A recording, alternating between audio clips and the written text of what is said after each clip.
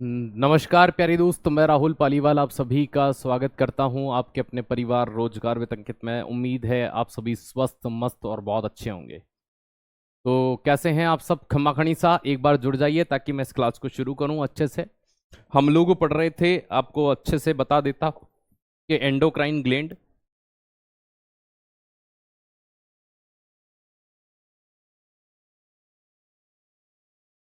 अंतःस्रावी ग्रंथि पढ़ रहे हैं।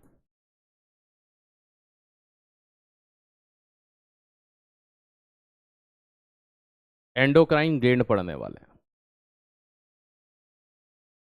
अंतःस्रावी ग्रंथियां एंडोक्राइन ग्लैंड पढ़ रहे थे। पीयूष ग्रंथि के बारे में डिटेल से हम पढ़ चुके थे। जय माता दी भाई, जय माता दी। और दूसरी ग्रंथि हमने पढ़ना शुरू कर दी थी, मेरे हिसाब से कौन सी पढ़ रहे थे? थायराइड ग्रंथि। और थायराइड ग्रंथि गले में होती है, बाइलोब्ड होती है, सारी संरचना हमने पढ़ ली थी, आयोडीन के बारे में पढ़ लिया था। और हार्मोन शायद बाकी थे। ठीक है, तो थायराइड हार्मोन पढ़ते हैं हम लोग के कौन कौन से थायराइड ग्रंथि से निकलने वाले हार्मोन होते हैं।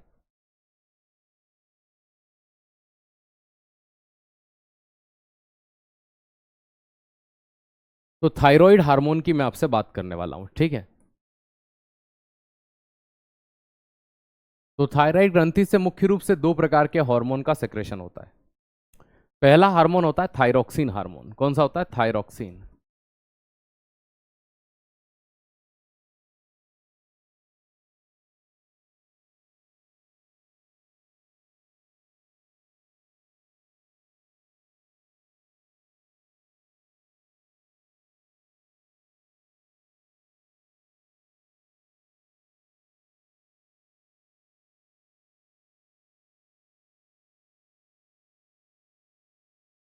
दूसरे नंबर पर जो आता है वो कैल्सीटोनिन आता है। कौन सा आता है? कैल्सीटोनिन।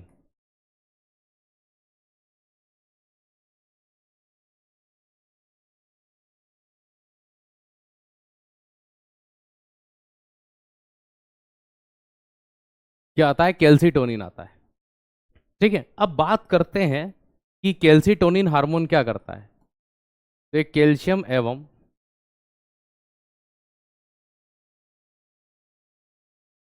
फॉस्फोरस की मात्रा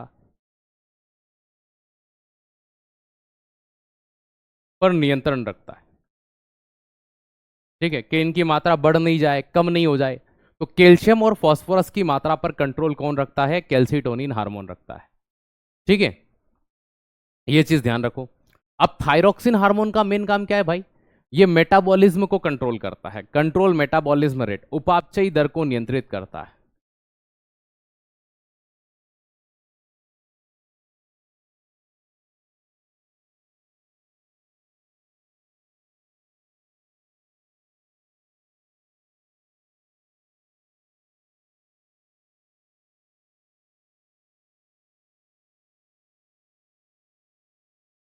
कंट्रोल्ड मेटाबॉलिज्म रेट, तो ये उपापचयी जो दर होती है उस पर नियंत्रण रखता है। थायरोक्सिन हार्मोन जो होता है, अगर ये अधिक हो जाए तो क्या होता है, और कम हो जाए तो क्या होता है? इसकी अधिक मात्रा से हाइपोथायराइडिज्म होगा, और कम मात्रा से हाइपो, हाइपर और हाइपो। तो ये चीज ध्यान रखिएगा, इसकी कम और अधिक मात्रा अगर रिलीज हो जाए तो क्या होगा? इसकी अधिक मात्रा और इसकी कम मात्रा, इनका क्या प्रभाव पड़ता है? ज्यादा होगा तो हाइपर बोलेंगे, और कम होगा तो हाइपो बोलेंगे। क्या बोलेंगे? ज्यादा होगा तो हाइपर, और हाइपर से क्या होगा? हाइपर थायरो, है ना, थायरोडिज्म। तो हाइपर थायरोडिज्म। और हाइपोथायराइडिज्म सेम चीज है ना, कंफ्यूज मत होइएगा, है ना, हाइपोथायरोडिज्म। तो हाइपो वर्ड जब आ जाए मतलब ये कमी, और हाइपर जब आ जाए मतलब कि भैया किसको दर्शा रहा है? वृद्धि को दर्शा रहा है। अब देखो क्या सर, इनमें देखने को क्या मिलता है? जब कमी हो रही है, हाइपो हो रहा है, तो यहां पर आपको मुख्य रूप से देखने को मिलता है घेंगा। इस ग्रंथि का आकार बढ़ जाएगा, आयोडीन की कमी हो जाएगी। ठीक है, जिसे हम इंग्लिश में बोलते हैं गोइटर। क्या बोलते हैं? गोइटर। ठीक है, और इस रोग को कभी कभी मतलब एक रोग और होता है इसी के सिमिलर, जिसमें थायराइड ग्रंथि का ही आकार बढ़ता है, हाशीमोटो बोलते हैं जिसको। क्या बोलते हैं? हाशीमोटो। आतिम नहीं बोलते, हाशीमोटो।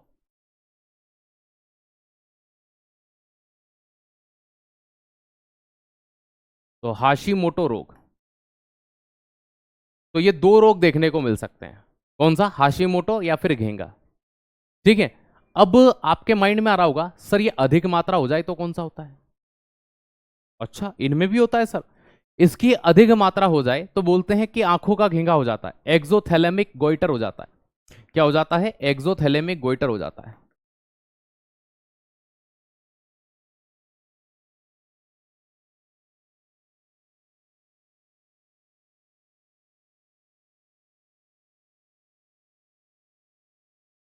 कि सर आंखें बाहर आती है क्या? नहीं। ऐसा लगता है कि आंखें नेत्र कोटर से बाहर आने लगेगी, लेकिन ऐसा होता नहीं है। ठीक है। पीडीएफ लास्ट रीड करें या सेकंड हर क्लास में रीड करें? भाई एक दिन पहले जो पढ़ा है वो तो हर क्लास में पढ़ के जाया ही करो, क्योंकि अगर वो नहीं कर रहे हो मतलब समझ जाओ कि भाई साहब आगे का आप कनेक्शन में नहीं हो। और आपको सैटरडे और संडे 2 दिन के ऑफ मिलते हैं।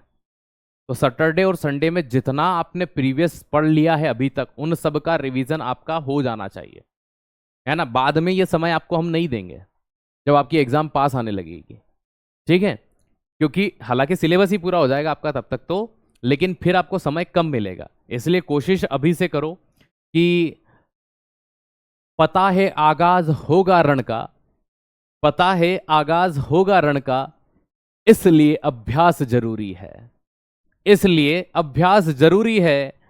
और जिन्होंने झोंक दिया है खुद को, जिन्होंने झोंक दिया है खुद को, थोड़ा समर्पण भी जरूरी है, थोड़ा समर्पण भी जरूरी है। जो ठान बैठे वक्त है अभी तो बहुत, जो ठान बैठे अभी वक्त है बहुत, उन लोगों का होना बुरा अंजाम भी जरूरी है, उन लोगों का बुरा अंजाम होना भी जरूरी है। रण जब छिड़ जाए, रण जब छिड़ जाए तब अभ्यास नहीं किए जाते, रण जब छिड़ जाए तब अभ्यास नहीं किए जाते। योद्धा हर रण में, योद्धा हर रण में, याद रखिएगा, विजेता घोषित नहीं किए जाते।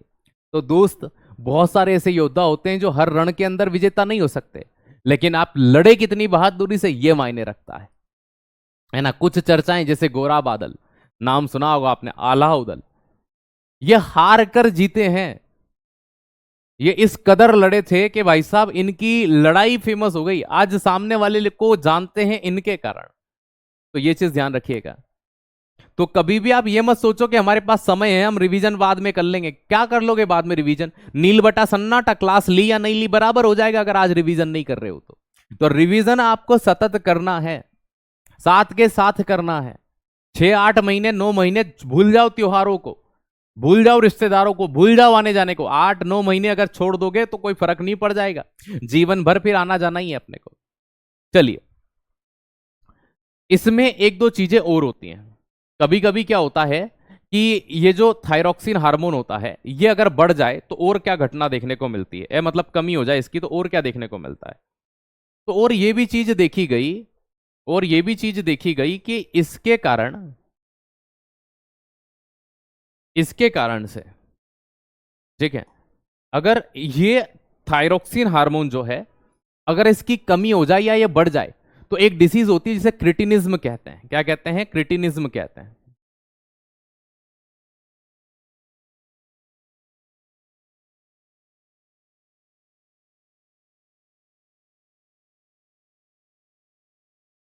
तो ये भी एक प्रकार का रोग ही है। तो क्रिटिनिज्म रोग की बात करेंगे। फिर एक रोग और होता है, ये बच्चों में होता है क्रिटिनिज्म रोग। एक होता है मिक्सीडीमिया। क्या होता है? या मिक्सोडीमा। तो याद रखिएगा, मिक्सोडीमा।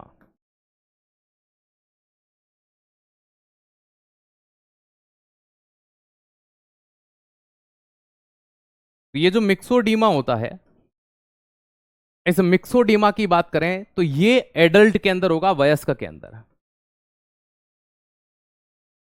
वयस्कों में। और ये जो होता है क्रिटिनिज्म, ये होता है चिल्ड्रन में, बच्चों में। काई में होता है, बच्चों में होता है। काई के कारण होता है थायरोक्सिन की कमी। ठीक है, इसकी कमी से, तो थायरोक्सिन हार्मोन की कमी से होने वाला रोग है ना। तो भाई क्रिटिनिज्म काई में हो गया, बच्चों में, एडल्ट में। एडल्ट के अंदर ये स्किन को इफेक्ट करता है, त्वचा संबंधी रोग है। स्किन खराब होने लगती है, त्वचा खराब होने लगती है। देखो छोटे छोटे हार्मोन कितने खतरनाक होते हैं, है ना। तो लिखने का तरीका चेंज, देखो बेटा मुस्कान, एक सिंपल सी बात आपको समझाते हैं। नोट्स बनाने के तरीके होते हैं। अभी तक अगर आप ये सोच रहे हैं कि सर ये तरीका छोड़ करके हमें वो स्कूल वाला पढ़ाइए, वो नहीं हो सकता। ठीक है, सबसे सिंपलेस्ट और सबसे आसान तरीका है। भाई क्या पढ़ा हमने, थायराइड हार्मोन पढ़ा। थायराइड हार्मोन में कौन कौन से, भाई थायरोक्सिन हार्मोन होता है, कैल्सिटोनिन हार्मोन होता है। ये मेटाबॉलिज्म को कंट्रोल करता है, इसी का पॉइंट है। और फिर आया अधिक मात्रा पर कौन सा है, तो भैया ये तो इतने में कंप्लीट हो गया आपका। तो भाई आप जो हमसे पूछ रहे हैं कि सर वैसा लिखाइए जैसा हम स्कूल में पढ़ते हुए आ रहे थे, तो 500 पेज भी कम पड़ जाएंगे पूरा साइंस लिखोगे तो। क्योंकि हर चीज में आपको एक लाइन, जैसे थायरोक्सिन हार्मोन है ना, थायरोक्सिन हार्मोन है ना, यह प्रमुख रूप से दो प्रकार का होता है। पहला, थायरोक्सिन ग्रंथि से निकलने वाला थायरोक्सिन हार्मोन। यह हार्मोन मेटाबॉलिज्म उपापचयी दर को नियंत्रित करता है। इसकी थायरोक्सिन हार्मोन की अधिक मात्रा होने पर हाइपरथायरॉयडिज्म होता है। हाइपरथायरॉयडिज्म के अंदर एक्सोथैलेमिक गोइटर अर्थात आंख का, माफ कीजिएगा, हमें नोट्स बनाना है, ग्रंथ नहीं लिखने मोटे मोटे। ठीक है, और अगर आप ये चाहते हैं कि नहीं हमें वैसा लिखना है, तो था थी थे आप ऐड कर सकते हैं। जैसे थायरोक्सिन हार्मोन इससे निकलता है, उपापचयी दर पर यह नियंत्रण रखता है। ठीक है, इसकी अधिक मात्रा पर हाइपोथायराइडिज्म है ना होने के कारण आंख का घेंगा रोग होता है। इसकी कम मात्रा निकलने पर हाइपोथायराइडिज्म होता है। तो ये होता है वर्ड आप ऐड कर सकते हैं, और आगे का वर्ड आप ऐड कर सकते हैं। इतना हम आपको समझदार मानते हैं। ठीक है, और अगर आप ये सोचते हैं कि नहीं सर वैसा, तो माफ कीजिएगा, आप कंपटीशन की तैयारी कर रहे हैं, आप कंपटीशन एग्जाम की तैयारी कर रहे हैं, वहां इस तरह से नहीं लिखा जाता, नहीं पढ़ा जाता। ठीक है, जितना शॉर्ट एंड स्वीट, क्यों, क्योंकि रिवीजन करना है। जितने कम नोट्स बनेंगे उतना अच्छा होगा हमारे रिवीजन एग्जाम टाइम पे। और ये चीजें एग्जाम टाइम पर था थी थे काम में नहीं आती। ठीक है, ये चीज ध्यान रखो आप। चलिए, तो पढ़ा ऐसे ही जाएगा। चलिए, है ना, फिर थायराइड है ना, थायराइड हार्मोन में हमने थायरोक्सिन हार्मोन की कमी से होने वाले और रोग देखे, जिनमें हमने क्रिटिनिज्म रोग के बारे में देखा, ये बच्चों में होता है। इसकी कमी से एक रोग और होता है जिसे हम मिक्सोडीमा रोग कहते हैं। ये वयस्क में होता है, जो त्वचा से संबंधित रोग है। किससे संबंधित रोग है, त्वचा से संबंधित रोग है। ठीक है, चलिए।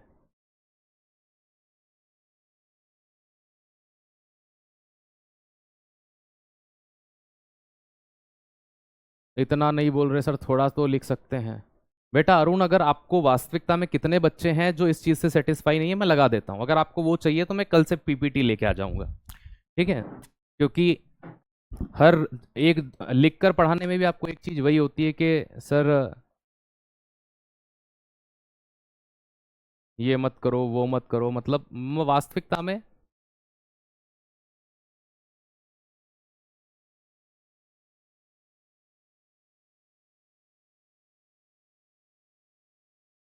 जिनको पूरा लिखा चाहिए वो इस पे क्लिक कर देना, कल से पीपीटी से पढ़ा देंगे।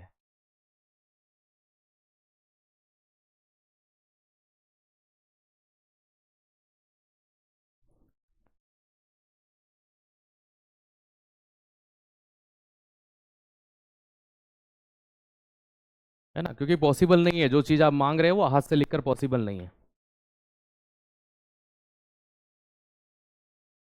आपको पोल दे दिया मैंने, है ना, मतलब एक एक चीजें डायग्राम से बना करके, हाथ से बना करके पढ़ाना। फिर भी अगर हमें ये चीज देखने को मिल रही है कि सर वैसे पढ़ाइए वैसे पढ़ाइए, तो फिर आप, है ना, सिंपलेस्ट वे तरीका वही है, पीपीटी लेके आ जाएंगे।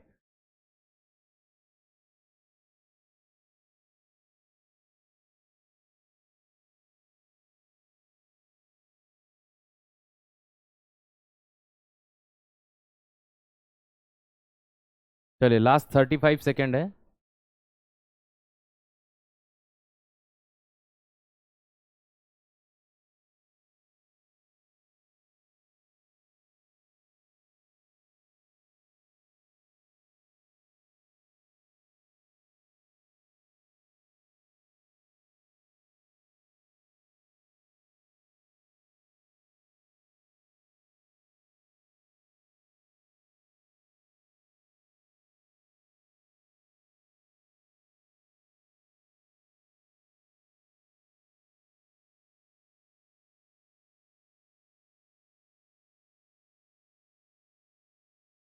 चलिए भाई,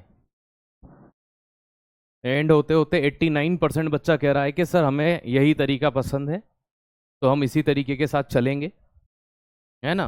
और मैं अपना तरीका वैसे भी, अगर आप देखो सीधी सी बात है, एक टीचर आपको हर चीज हैंड रिटन करा रहा है, एक एक चीज अभी तक मैंने पीपीटी यूज ही नहीं की, फिर भी ये ऐसा मत पढ़ाइए वैसा पढ़ाइए, फिर बुरा लगता है ना। हिंदी और इंग्लिश दोनों लैंग्वेज में लिखता हूँ, बहुत स्लो चल रहे हैं, बहुत आराम से पढ़ा रहा हूँ, हर टॉपिक से 2 से 3 दिन में। मतलब ये होता है कि कमी कहाँ निकालें, तो कुछ भी निकालना फिर वो हो जाता है कि लाजमी है, हमको ये नहीं तो ये कर दो। मैंने आपकी हर चीज हर डिमांड पूरी करी। आपने कहा एमसीक्यू कराओ, मैंने वो कहा, प्रीवियस ईयर क्वेश्चन कराओ, मैंने वो करवाए, जो कहा मैंने वो किया। सर ऐसा नहीं ये करिएगा, मैंने ठीक है भाई। लेकिन फिर आज क्या हो गया कि अब इन्होंने इतनी चीज मान ली है, तो हम ऐसा क्या बोले कि ये नहीं मान पाए। अगर आपके मन में ये आ रहा है तो मैं पीपीटी से पढ़ा दूंगा, मैं अच्छी, है ना, इतनी इतनी एक एक की डेफिनेशन इतनी इतनी लिख दूंगा, और क्या बोल सकता हूं इससे आधार पे। मैं ये ख्वाहिश भी पूरी करूं, लेकिन मैं हाथ से नहीं लिखूंगा, क्योंकि मुझे पता है कि अगर मैं ये एंडोक्राइन ग्लैंड वाला चैप्टर ही 15 दिन में पूरा होगा, मैं अगर इतनी बड़ी डेफिनेशन लिखने जाऊंगा तो पॉसिबल नहीं है वो मेरे लिए। ठीक है, क्योंकि हम कंपटीशन पढ़ा रहे हैं, न कि यूपीएससी या आरएस पढ़ा रहे हैं, तो आपको इस बात को समझना होगा। सिंपल सी बात है, ठीक है, समझना होगा आपको इस बात को। किताबी भाषा मतलब ही क्या रह गया फिर किताब और नोट्स के अंदर? आप खुद ही बताइए ना, क्या डिफरेंस है फिर किताब के अंदर और नोट्स के अंदर, जब अगर ऐसी लैंग्वेज लिखेंगे तो, है ना। मतलब ऐसी चीजें हमारा दिल हर्ट करती हैं, है ना, अच्छा नहीं लगता हमको आपसे ऐसी चीजों की उम्मीद करना, मतलब इतनी मेहनत करने के बाद। चलिए,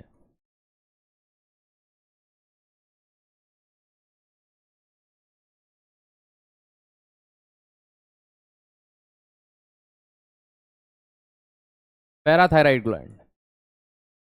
पैराथायराइड ग्लैंड की बात करें तो एक बार मैं इसकी लोकेशन आपको दिखा देता हूं, उसके बाद हम आगे बढ़ जाएंगे। इसमें थायराइड है, थायराइड के जस्ट नीचे होती है, मैं यहीं पर आपको दिखा दूंगा इसी में।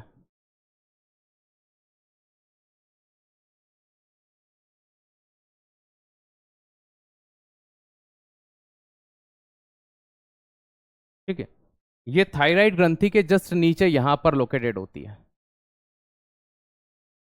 ठीक है, तो ये आपकी कौन सी होती है? पैराथायराइड ग्लैंड होती है, थायराइड के जस्ट नीचे होती है। ठीक है, लोकेशन कहाँ होगी, है ना, तो ध्यान रखिएगा, थायराइड ग्रंथि के ऊपर ये कह लीजिए, अबाव कह लीजिए, तो वहां पाई जाती है। ठीक है, अबाव या स्थिति,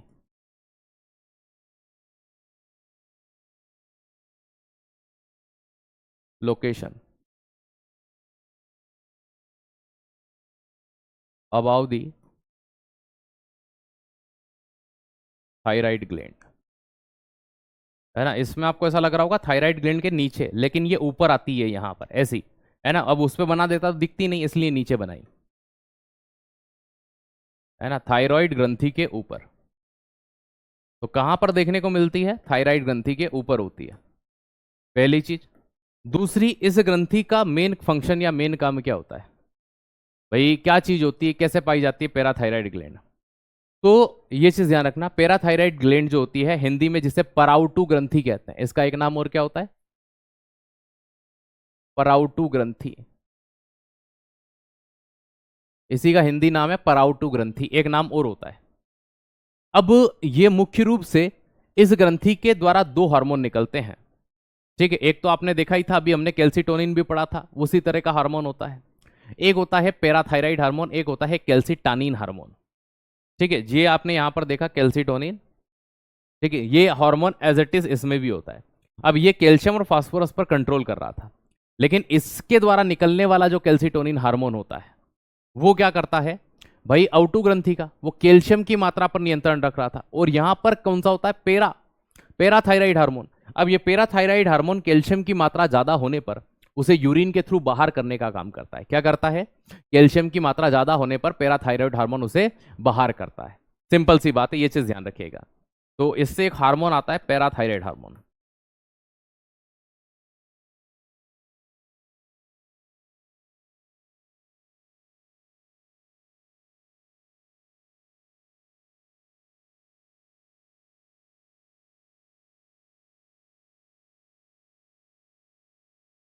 इससे एक हार्मोन निकल करके आता है, उस हार्मोन का क्या नाम है, पेराथायराइड हार्मोन है।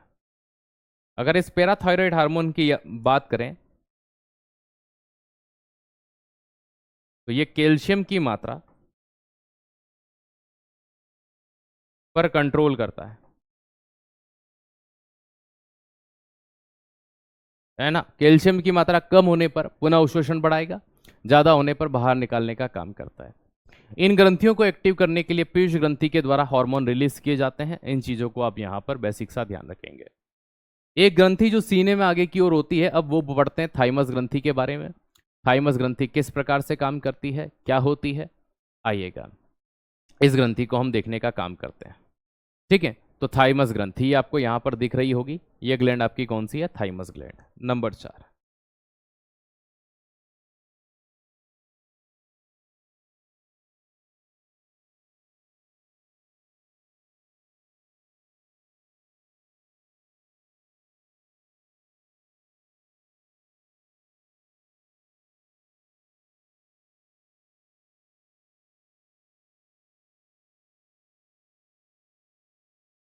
थाइमस ग्लैंड की बात करते हैं। तो ये छोटे बच्चों में पाई जाती है, इसीलिए इसे चाइल्ड ग्लैंड कहते हैं, बाल्य ग्रंथि भी कहते हैं। तो इसका अदर नेम और क्या है,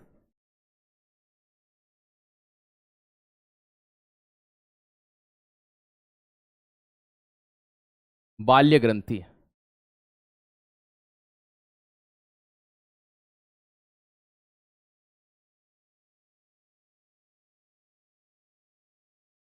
तो चाइल्ड चाइल्ड ग्लैंड कहते हैं, बाल्य ग्रंथि कहते हैं। उम्र के अनुसार ये ग्रंथि छोटी होती जाती है, और जैसे ही आदमी मैच्योर होता है, परिपक्व हो जाता है, एडल्ट हो जाता है, ये गायब हो जाती है, ये लुप्त हो जाती है। ठीक है, तो ये चीज ध्यान रखिएगा। ये कहाँ पाई जाती है, सीने में पाई जाती है, चेस्ट में पाई जाती है। ठीक है, तो ये कहाँ पर होती है, चेस्ट पे। तो ये चीज ध्यान रखना, धीरे धीरे क्या होती जाती है, उम्र के अनुसार ग्रंथि छोटी होती जाती है ना। दिस ग्लैंड है ना स्मॉलर बाय एज, है ना, या फिर धीरे धीरे लुप्त हो जाएगी उम्र के साथ।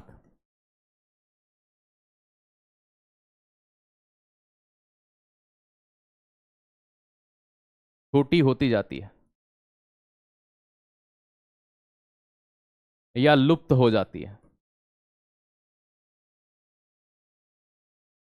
इसीलिए वृद्धावस्था में व्यक्ति में ये ग्लैंड नहीं दिखती। ठीक है, तो उम्र के साथ छोटी होती जाती है। ठीक है, हम कह सकते हैं, याद रखिएगा, स्मॉलर, है ना, याद रखना, this gland smaller by as.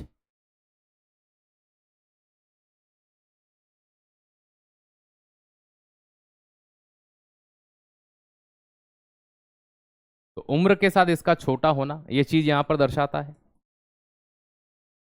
क्यों ये महत्वपूर्ण है, छोटे बच्चों में क्यों पाई जाती है, क्योंकि इसका मेन फंक्शन, मेन काम होता है, याद रखिएगा, एंटीबॉडीज फॉर्मेशन करना, है ना भाई, इम्यून सिस्टम को प्रोवाइड करना। तो फंक्शन क्या होता है इसका। ठीक है, बहुत अच्छे मन से आया था, लेकिन दो तीन चीजों ने पूरा चेहरा जो है ना वो उदास कर दिया। चलिए, फंक्शन या कार्य की बात करते हैं।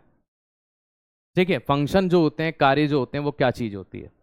तो भाई लोकेशन तो आपको पता है कहाँ पाई जाती है, नहीं पता तो इसमें लिख देता हूं मैं ऊपर ही ऊपर इसकी लोकेशन। स्थिति कहाँ होती है, चेस्ट या बिटवीन लंग्स। ठीक है, छाती में या फेफड़ों के मध्य, है ना, ये लोकेशन होती है इसकी, फेफड़ों के बीच में। स्माइल के साथ पढ़ाया करिए, सीरियस होकर पढ़ा रहे हो। भाई आप एक काम करो, राजस्थान के बच्चे बहुत ज्ञानी हैं, आप मुझे लिख करके दे दो हर टॉपिक के, सर इसमें ये वर्ड बोलना है और इसके बाद ये बोलना है, 2-5 पे आपको मुस्कुराना है, तो मैं वो पूरा क्राइटेरिया याद करके आ जाऊंगा।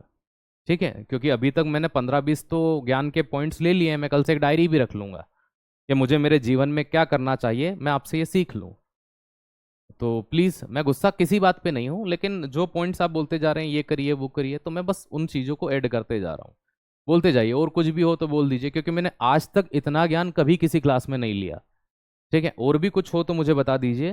ठीक है, मेरी कमियां हैं, मैं उनमें सुधार करूंगा कि मुझे इस तरह से नहीं ऐसे पढ़ाना चाहिए, ऐसे नहीं ऐसे पढ़ाना चाहिए, और कुछ भी हो तो प्लीज़, ठीक है, छोटा भाई समझ करके मुझे सारे, है ना, बिंदुओं को दीजिए ताकि मैं अपने जीवन में कुछ सुधार कर सकूं। ठीक है, एक बहुत ही ग्रामीण अंचल से मैं आता हूं, मुझे नहीं पता कि जीवन कैसे जिया जाता है। ठीक है, तो आप बिल्कुल मुझे बताइए, किसान पुत्र हूँ, नहीं जानता मैं ज़्यादा चीज़ें, तो प्लीज़ इन चीज़ों को मुझे बताइए।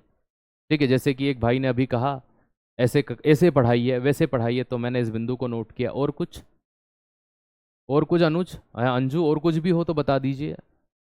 ठीक है, क्योंकि 4-5 पॉइंट तो मैं अभी तक ले चुका हूँ और ले जाता हूँ 1 घंटे के अंदर। अगर मुझे 30 मिनट में 5 बिंदु का ज्ञान मिल सकता है तो 1 घंटे में तो अथाह मिल सकता है। ठीक है, आइएगा। तो फंक्शन या कार्य की बात करते हैं हम लोग यहाँ पर। ठीक है, फंक्शन, और अगर ज़्यादा ही परेशानी है तो फिर मैं बात करता हूँ सर से कि सर ये बच्चे मुझसे खुश नहीं हैं, मैंने पूरी कोशिश की हैंड रिटन पढ़ाने की, लेकिन वास्तविकता में शायद मैं इनको नहीं दे पा रहा हूँ जो इन्हें चाहिए, तो आप इन्हें दूसरा टीचर प्रोवाइड कर दीजिए, फिर ऐसा कुछ कर लेते हैं। ठीक है, मतलब मुझे नहीं समझ में आया कि भाई मैंने ऐसा क्या कर दिया था कि ऐसा मत पढ़ाइए वैसा, मतलब ये मैं चीज़ मैं शुरू से इस बीच में देख रहा हूँ, क्योंकि अभी तक जितनी चीज़ें आप लोगों ने मुझे ज्ञान की दी हैं शायद किसी और ने दी हो। ठीक है, मैंने सब चीजें एक्सेप्ट करते हुए मैं आपको आगे लेकर के चल रहा था, लेकिन आज हद हो गई। ठीक है, मतलब एक कमेंट मैंने ऐसा देखा हुआ, मैंने पूरा आपको सुनाया भी नहीं, वो ऐसा लिखा हुआ था, तो फिर मुझे बोलना जरूरी हो गया। फिर आप बोलते हो सर मत लीजिए, मैं तो लेता भी नहीं, लेकिन क्या होता है कि जब फिर कॉपी पेस्ट होने लग जाता है ना, फिर बोलना पड़ता है। चलिए, तो यही कर लेंगे। ठीक है, फिर जो आपको बेटर मिल जाए आप उनसे पढ़िएगा। चलिए, क्योंकि इतनी देखो, अगर आपको लग रहा है कि मैं बुरा हूं, लाख बुराइयां हैं, तो मैं बायोलॉजी कंप्लीट कर देता हूं, देन मैं कह दूंगा कि सर आप प्लीज, ठीक है, कोई इन्हें अच्छे से टीचर दीजिए जो इनके अनुरूप चले। चलिए, ठीक है, तो मेन फंक्शन या कार्य क्या हो सकते हैं इनके। ठीक है, तो थाइमस ग्लैंड का होता है भैया इम्यून सिस्टम बनाना,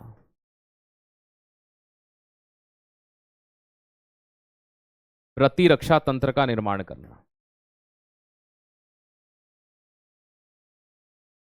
और प्रतिरक्षा तंत्र का निर्माण कैसे किया जाता है, इम्यून सिस्टम कैसे तैयार होता है, तो भैया इस ग्रंथि के माध्यम से बच्चे के अंदर क्या होता है, एंटीबॉडी फॉर्मेशन,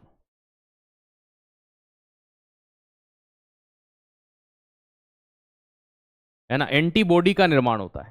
सर एंटीबॉडी क्या होती है, जो रोगों से लड़ती है उसे प्रतिरक्षी कहते हैं, एंटीबॉडी कहते हैं।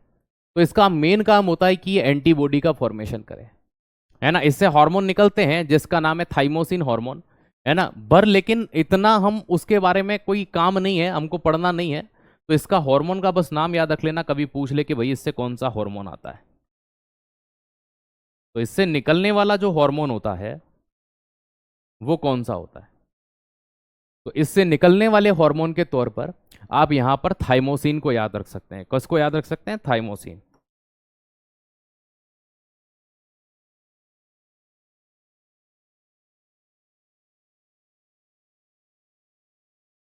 क्या हो सकता है, थाइमोसिन हो सकता है।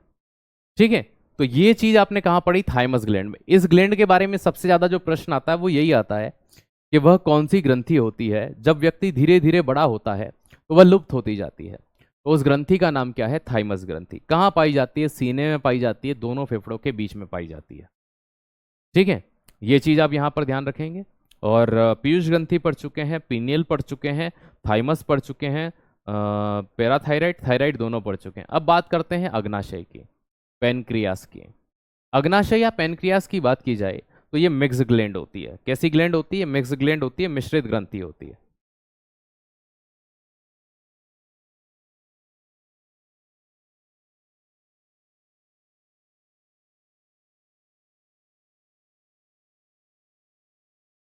ठीक है। अगर हम पेनक्रियास की आपसे बात कर रहे हैं, ठीक है, पेनक्रियास की हम आपसे बात कर रहे हैं, अग्नाशय की बात कर रहे हैं, तो सबसे पहली चीज ही निकल करके आती है यह मिश्रित ग्रंथियां।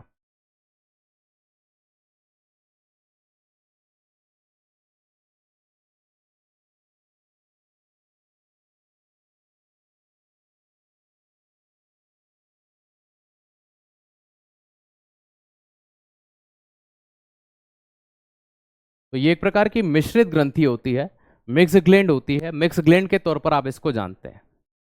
लेकिन मिक्स ग्लैंड क्या होती है? तो भाई ये ऑलरेडी मैं आपको डाइजेस्टिव सिस्टम में भी पढ़ा के आया था कि मिक्स ग्लैंड किसको कहा जाता है। तो मिक्स ग्लैंड वो होती है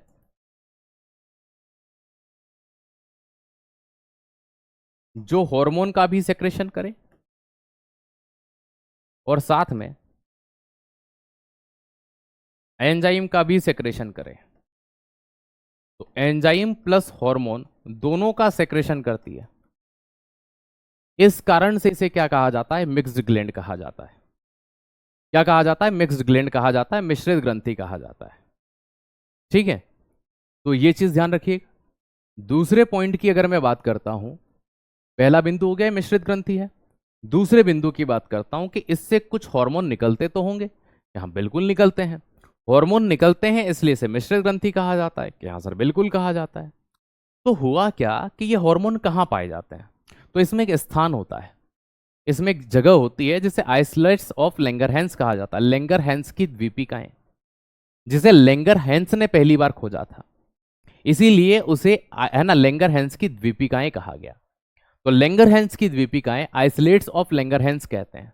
तो ये नाम आपने सुना होगा कि लैंगर, है ना, लैंगरहैंस की द्वीपिकाएं। ठीक है, आइसोलेट्स ऑफ लैंगरहैंस कहा जाता है। क्या कहा जाता है इन्हें? आइसोलेट्स ऑफ लैंगरहैंस कहा जाता है।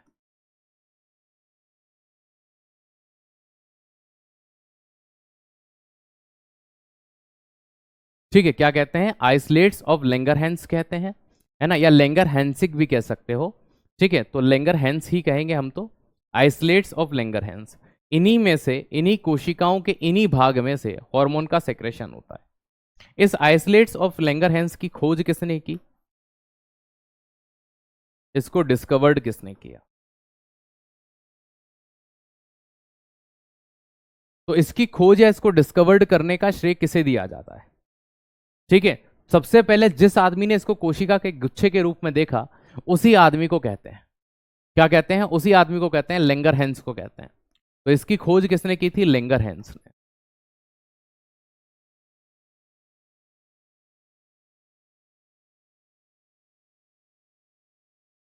तो लैंगरहैंस ने इसको खोजा था। अब यहां क्या हुआ, जब इन्होंने इसको देखा तो यहां पर कुछ सेल इनको दिखाई दी कि सर क्या बात कर रहे हो, बिल्कुल। तो आइसोलेट्स ऑफ लैंगरहैंस के अंदर इन्हें कुछ सेल्स के ग्रुप दिखे।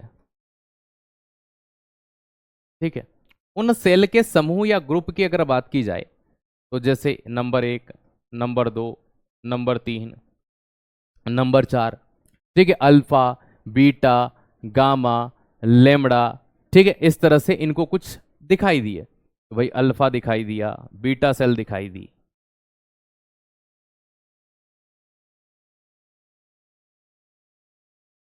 अल्फा, बीटा और गामा, ये तीन ही सेल याद रखिएगा, तीन से ही प्रश्न आएंगे, है ना। एक एफ सेल भी होती है लेकिन हम तीन ही पढ़ेंगे, अल्फा, बीटा और गामा। ये तीन प्रकार की सेल दिखाई दी। अल्फा जो सेल होती है, इससे कौन सा हार्मोन का सेक्रेशन होगा, क्या चीजें होंगी, आइए देखते हैं। सबसे पहले नंबर 1 पर अल्फा कोशिका,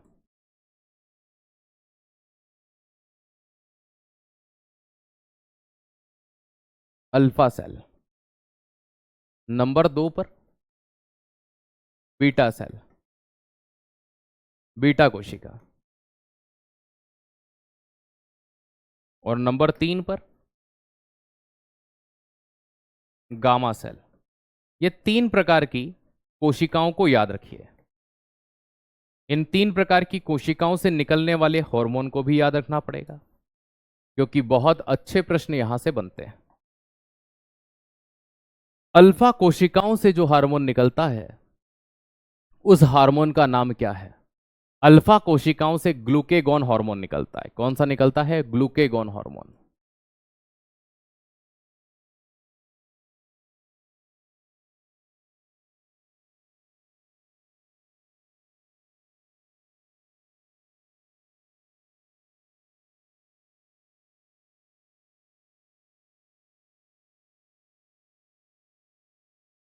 ग्लूकेगॉन हार्मोन निकलता है। और ये जो ग्लूकेगॉन हार्मोन होता है ये लीवर में ग्लाइकोजन को ग्लूकोज में बदलता है।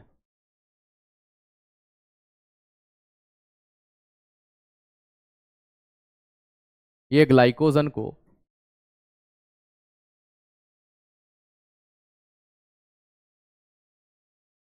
ग्लूकोज में बदलता है। तो ग्लाइकोजन कन्वर्ट इनटू ग्लूकोज, तो ये ग्लाइकोजन को ग्लूकोज में बदलता है। ठीक है। तीन प्रकार की ही होती, मैं बोल रहा हूं तो सुन लो यार, तीन ही होती है तो फिर मैं अपना विज्ञान बदल लेता हूं। अभी मैंने एक बात कही कि मैं पढ़ा रहा हूं तो सुन लीजिए। मैं अगर चौथा टाइप लिख दूंगा एप्सेल और कह दूंगा कि ढूंढ के ले आओ, अगर कोई गलत कर दे तो पॉली अग्नाशयी बनाती है वो, पॉलीपेनक्रियाटिक बनाती है वो। भाई होते हैं तीन, मोस्ट प्रोबेबल रीडिंग में आते हैं तीन ही होते हैं सर, है ना। यही तो दिक्कत है आपकी, आप किसी चीज को समझना नहीं चाहते, सुनना नहीं चाहते। अभी तक ये पांचवा पॉइंट हो गया मेरे लिए ज्ञान का। ठीक है, तीन तो शुरुआत में ही दे दिए थे आपने, चौथा थोड़ा सा, है ना, ऐसे मत पढ़ाया करो, ये आ गया पांचवा, ये आ गया, फिर के, है ना, जो चीज हम बोलते हैं ये गलत है, नहीं तीन ही होती है। भाई आपने तीन पढ़ी है, होती चार है, हम कह रहे हैं तो सुन लो थोड़ा सा। ठीक है।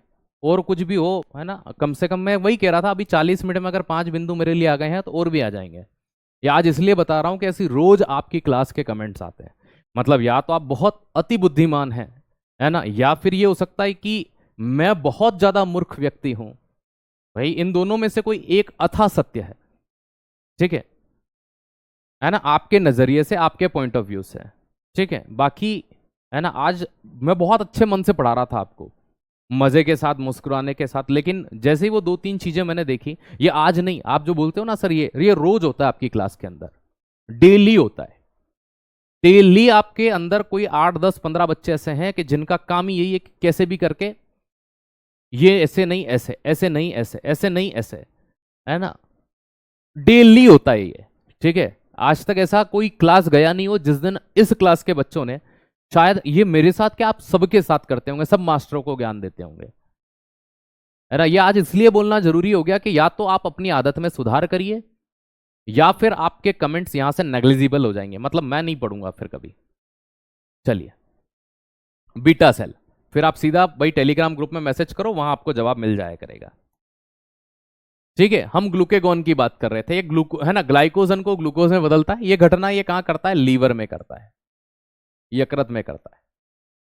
बीटा सेल की बात करते हैं तो इससे भी एक हार्मोन का सेक्रेशन होता है जिसे इंसुलिन कहते हैं। क्या कहते हैं? इंसुलिन कहते हैं।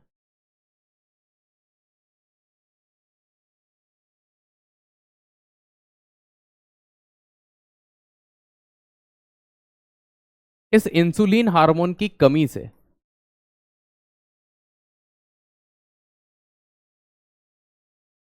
मधुमेह रोग होता है, डायबिटीज होती है।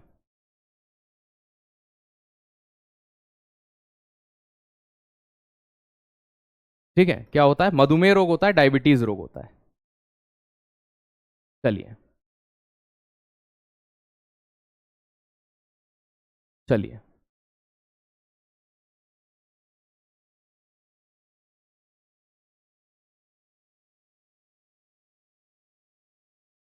आपको पता है डेली होता है तो आप क्यों कमेंट ले रहे हो? ये इसलिए बोलना जरूरी हो गया कि अब भी अपनी आदतों में सुधार कर लो, है ना। एक जिस दिन घड़ा भर जाता है ना, उस दिन झलकता है ना।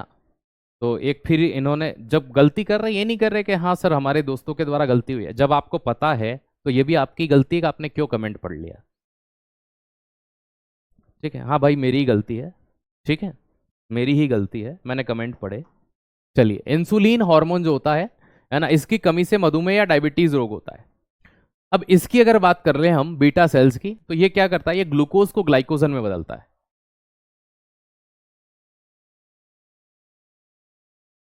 ये ग्लूकोज को ग्लाइकोजन में बदलता है। और अगर ये काम कहाँ होता है, यकृत में।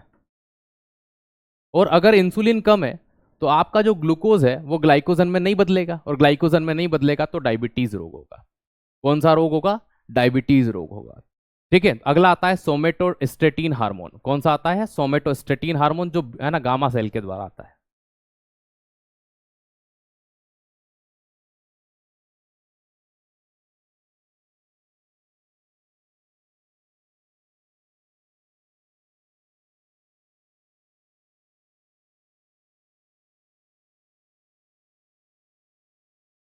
कौन सा हार्मोन आता है, सोमेटोस्टेटिन हार्मोन आता है। ठीक है, तो ये आपने यहां पर पढ़ लिए अग्नाशय ग्रंथि से निकलने वाले प्रमुख हार्मोन कि किस तरह से काम करते हैं, क्या चीज होती है। ठीक है, अब हम बात करते हैं आपसे यहां पर एड्रिनल ग्लैंड, अधिवृक्क ग्रंथि के बारे में, एड्रिनल ग्लैंड के बारे में। अधिवृक्क जो ग्रंथि होती है ये मुख्य रूप से क्या करती है, इस ग्रंथि का मेन फंक्शन क्या होता है। एक तो किडनी के ऊपर टोपी के समान पाई जाती है, किडनी के ऊपर टोपी के समान पाई जाती है।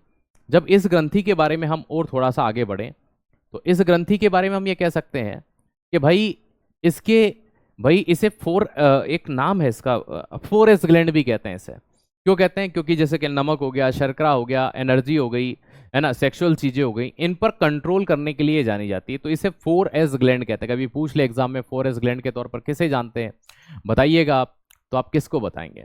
तो आइए शुरुआत करते हैं हम लोग, है ना, किसके बारे में, एड्रिनल ग्लैंड के बारे में।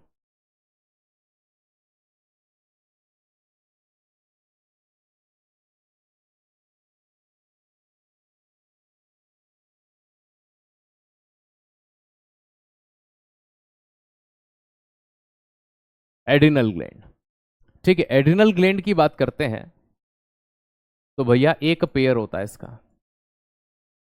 मतलब एक जोड़ी पाई जाती है।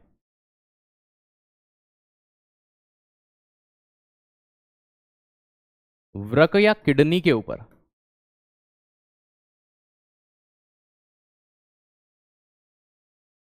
कहाँ होती है, वृक या किडनी के ऊपर होती है। ठीक है, एक जोड़ी होती है, किडनी के ऊपर होती है।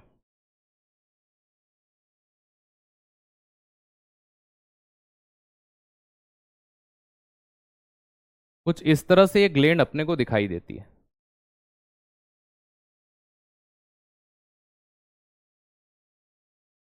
है ना, देखने पर ऐसा लगता है ट्रायंगल शेप की होगी।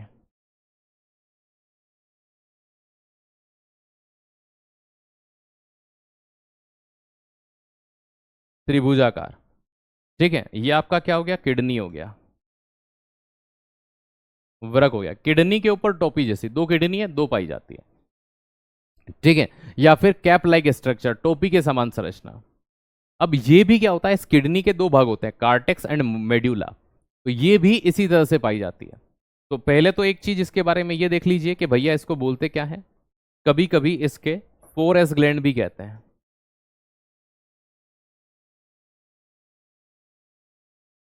4S ग्रंथि भी इसे कहते हैं।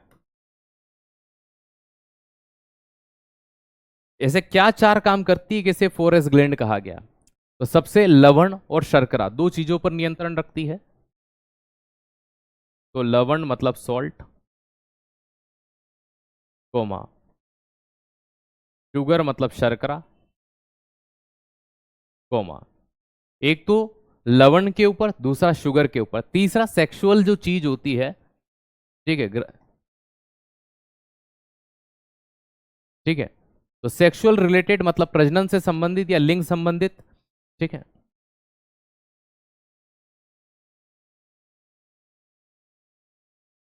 क्योंकि लड़ो उड़ो हार्मोन होता है इसमें, फ्लाई एंड फाइट, और इसीलिए इसे हम कभी कभी क्या कहते हैं, है ना, सोर्स ऑफ एनर्जी,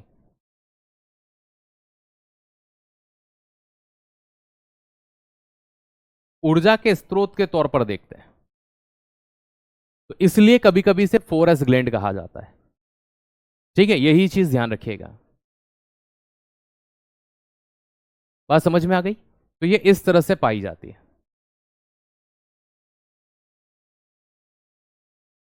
है ना, ये चीज यहां पर देख लीजिए।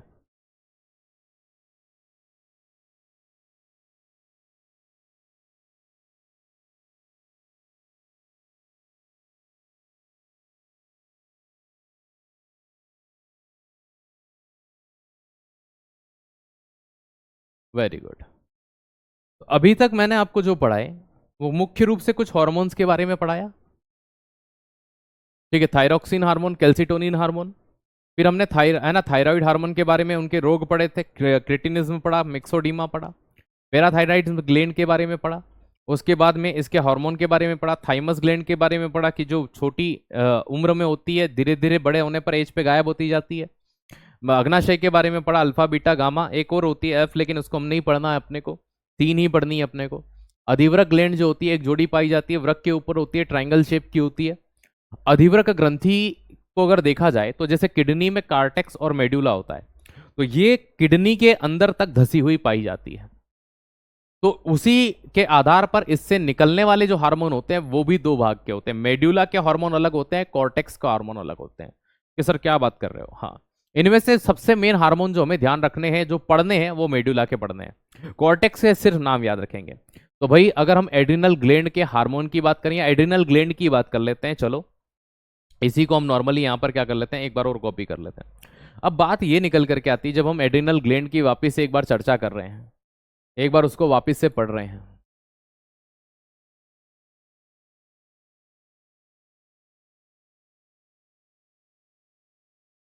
तो इसके कितने हिस्से हो जाएंगे? 2 हिस्से। एक भाग इसका कौन सा हो जाएगा? मेड्यूला, और एक कौन सा हो जाएगा? कॉर्टेक्स।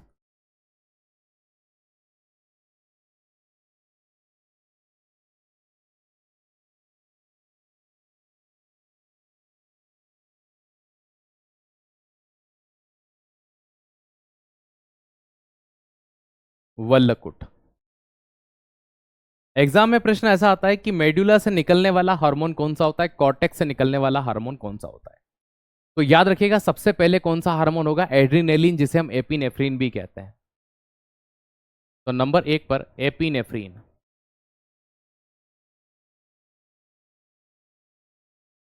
या एड्रीनेलिन। तो पहला हार्मोन याद रखिएगा एपिनेफ्रीन हार्मोन या एड्रीनेलिन हार्मोन, ठीक है, एपी।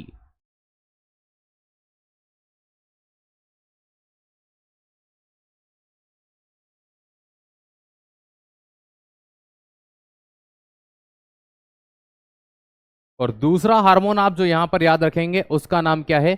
नोर एपिनेफ्रीन हार्मोन या नोर एड्रीनेलिन हार्मोन, ठीक है।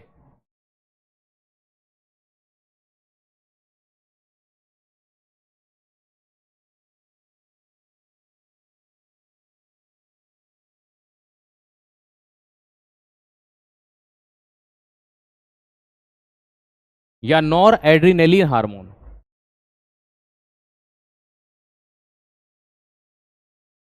ठीक है, ये हो जाएगा। और इस साइड में अगर हम बात करें कॉर्टेक्स से निकलने वाले हार्मोन कौन कौन से होते हैं, तो एक होता है कॉर्टिसोल हार्मोन, एक होता है एस्ट्रोजन हार्मोन, एक होता है एंड्रोजन हार्मोन। तो एक कौन सा होता है? कॉर्टिसोल।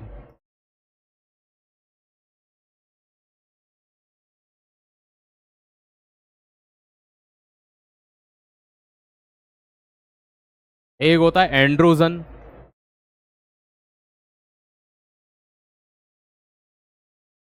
एक होता है एस्ट्रोजन, ठीक है।